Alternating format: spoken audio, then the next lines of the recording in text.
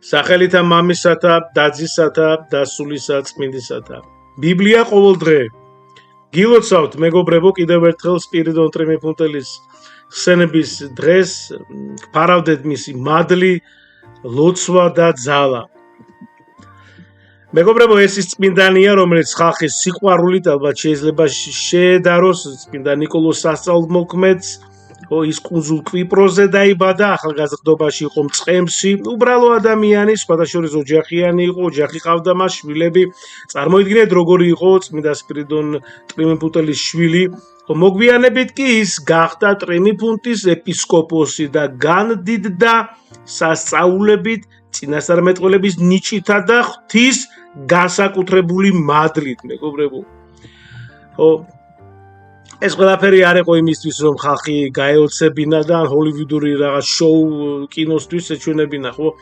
ყველაფერი ხდებოდა რისთვის? ადამიანების გადასარჩენად და რწმენის გასაძლიერებლად.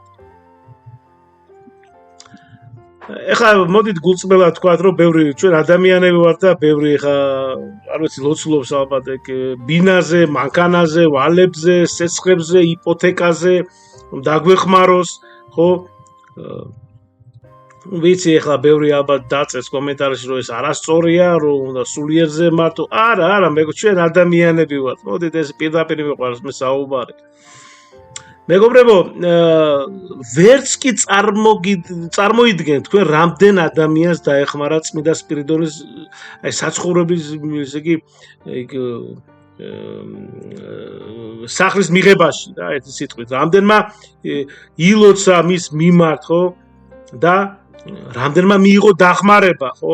წაიკითხა დაუჯდომელი, ხო, 40 დღის განმავლობაში და ესე იგი მას ევედრებოდა და მან მიიღეს დახმარება, ღვთის შეწევნით, რა თქმა უნდა. ის მე ოხია ღვთის წინაშე და ესე იგი, მეგობრებო, თუ ესე ვთქვათ,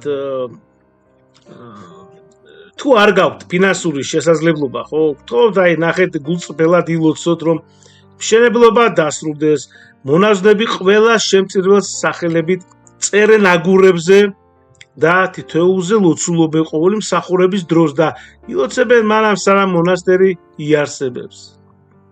ღმერთის ნებით მეორე მოსვლამდე. მეგობრებო, ერთ-ერთი ცნობილი სასწაული ღარიბი კაცისა და ოქროს ისტორიაა. ნახეთ, ღარიბ ადამიანს დიდი ვალი ჰქონდა, მევალე კი მდიდარი იუდეველი იყო. ის მას ძალით სთხოვდა ფულის დაბრუნებას. ვისაც ოდესმე ვალი ჰქონია, ის მიხვდებოდა და იმ სასოწარკვეთილ მდგომარეობას, ასეთ მდგომარეობას ვერც, ესე ვთქვათ, ფილმში ითამაშებ. ეს კაცი მივიდა წმინდა სპირიდონთან და წმინდანმა არ დაამცირა, არ წაუკითხავს მორალი, ესე ვთქვათ, უბრალოდ დადგა ლოცვაზე და ღმერთს სთხოვა დახმარება. იქვე გველი იწვა მზეზე და წმინდანის ლოცვით ის ოქროდ გადაიქცა. წმინდა სპირიდონმა ეს ოქრო მისცა ღარიბ კაცს და უთხრა: "წადი, გადაიხადე ვალიო." მეგობრებო, ამ ისტორიაში მთავარი არა ოქრო, რა თქმა უნდა, არამედ ის, რომ ღმერთმა ადამიანს დაუბრუნა იმედი და ღირსება. ამაშია საქმე. კიდევ ერთი ისტორია, პირველი მსოფლიო კრება, ეს თქვენ იცით, ნიკეაში ის ცნობილი კამათი იყო ქრისტეზე და წმინდა სამებაზე. განათლებული ფილოსოფოსები კამათობდნენ და ესე იგი მაშინ გამოვიდა უბრალო მწყემსი წმინდა სპირიდონი. მან აიღო აგური, ესე იგი ზევით ამოვიდა ცეცხლი, ხელში დარჩა თიხა, ქვემოთ კი წყალი ჩამოედინა და სამი თქვა მან. შემდეგ რომ სამი ერთიო, როგორც წმინდა სამება, ასე მარტივად ახსნა დიდი საიდუმლო. კიდევ ერთი სასწაული მდინარე უდანაშაულო ადამიანს, ესე იგი სიკვდილი ემუქრებოდა და წმინდა სპირიდონი მის დასაცავად, ესე იგი მიდიოდა, მაგრამ ჩქარობდა, ხო? მაგრამ მდინარე, ესე იგი მდინარე ადიდებული იყო, წმინდანმა ილოცა და ესე იგი წყალი გაიყო, ხო, ის მშრალზე გადავიდა და ადამიანი გადაარჩინა. მაგრამ რა თქმა უნდა ეს ყველაფერი მეგობრებო ესე იგი ღვთის ნებით, ღვთის დაშვებით ხდება, ხო, გასაგებია ყველასთვის, ხო. წმინდა სპირიდონ ტრიმიფუნტელი არ ეძებდა დიდებას, ის ღმერთს ადიდებდა. ახლა კი ზეცაშია და მისი დახმარება კიდევ უფრო ძლიერია.